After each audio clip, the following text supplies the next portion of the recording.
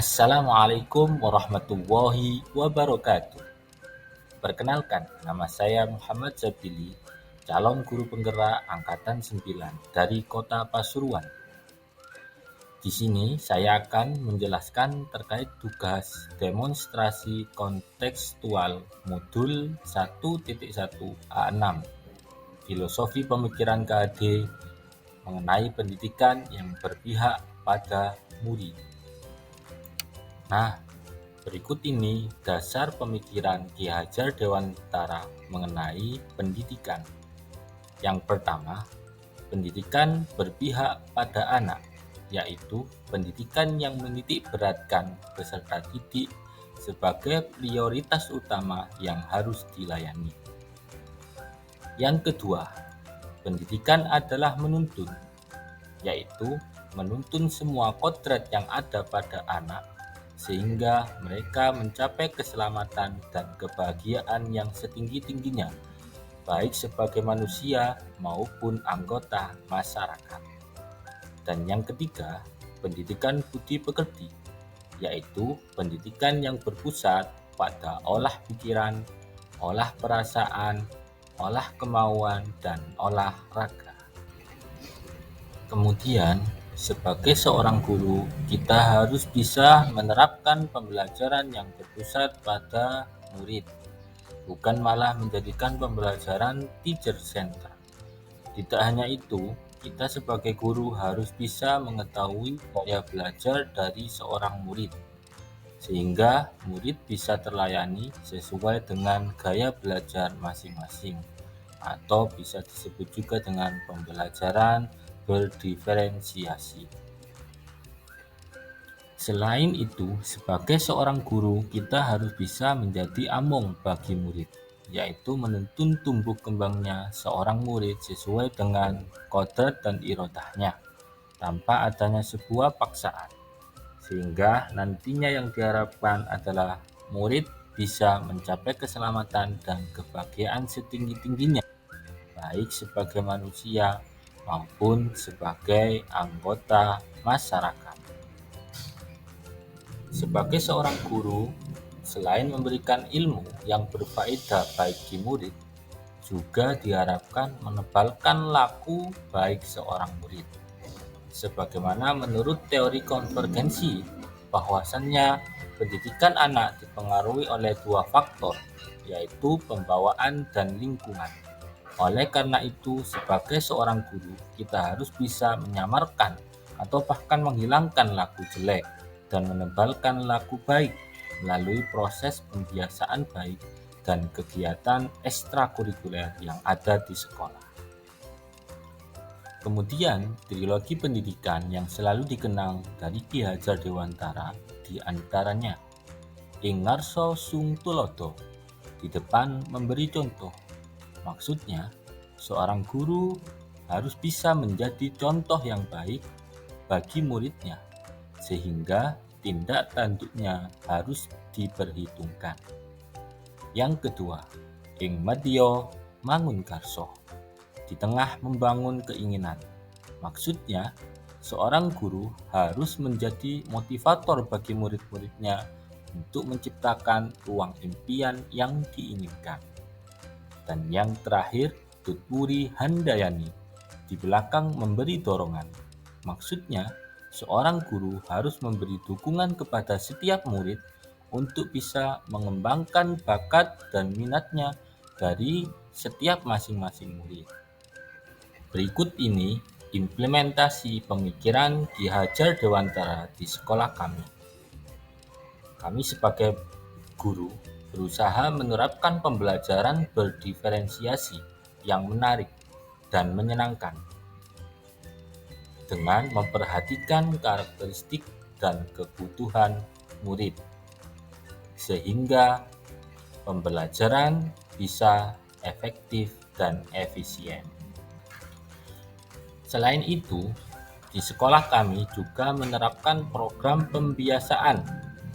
Yang pertama, penerapan 5S: salam, sapa, senyum, sopan, dan santun.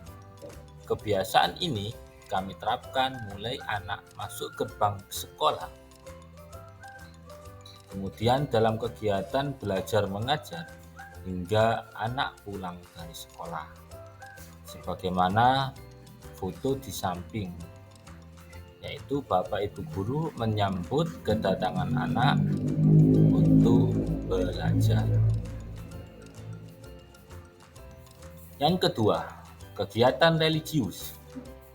Pelaksanaan sholat duha sebelum pembelajaran, kemudian pembacaan doa dan Asmaul Husna bersama-sama sebelum pembelajaran, dan pelaksanaan sholat duhur berjamaah sebelum pulang dari sekolah.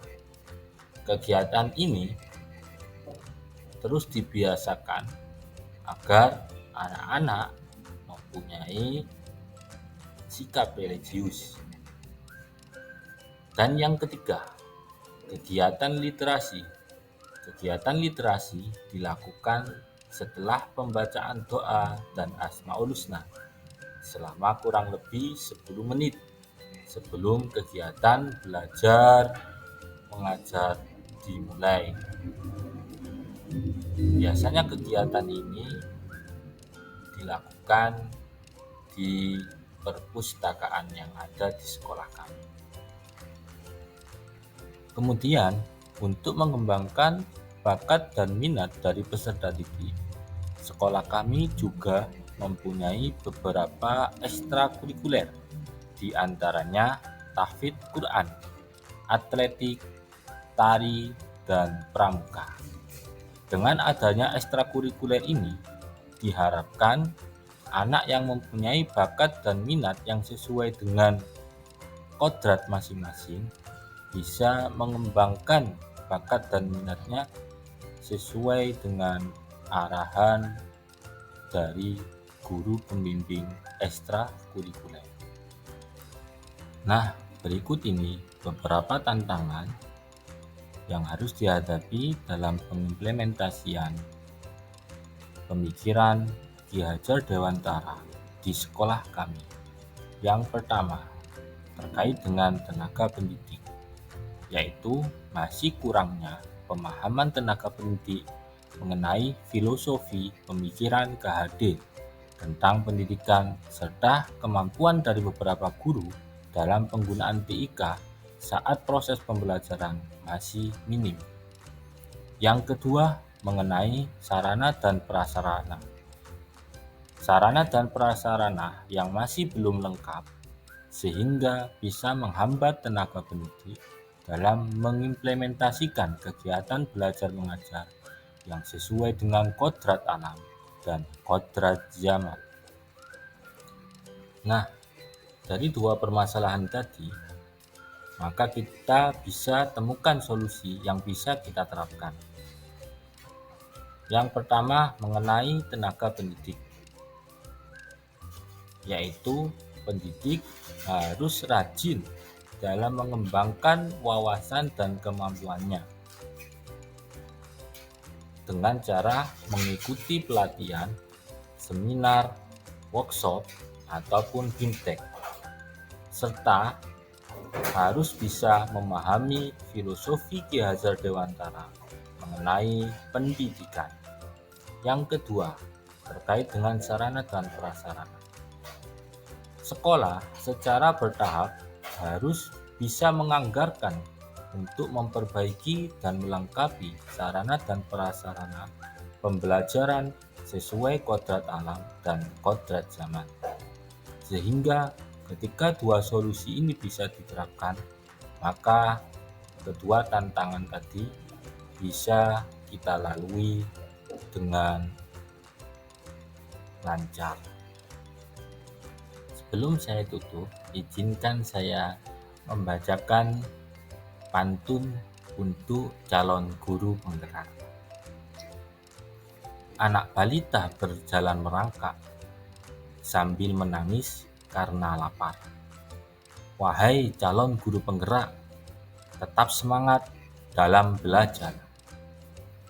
Desa Kalipang adalah pusat pertambangan yang ada di Kecamatan Grati, Kabupaten Pasuruan.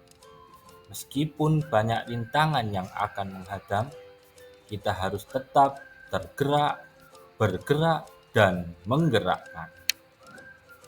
Pergi ke sungai melihat ikan. Adik menangis minta ikutan. Hanya itu yang bisa saya sampaikan. Kurang lebihnya mohon dimaafkan. Wallahul muwaffiq ila aqwamit thoriq.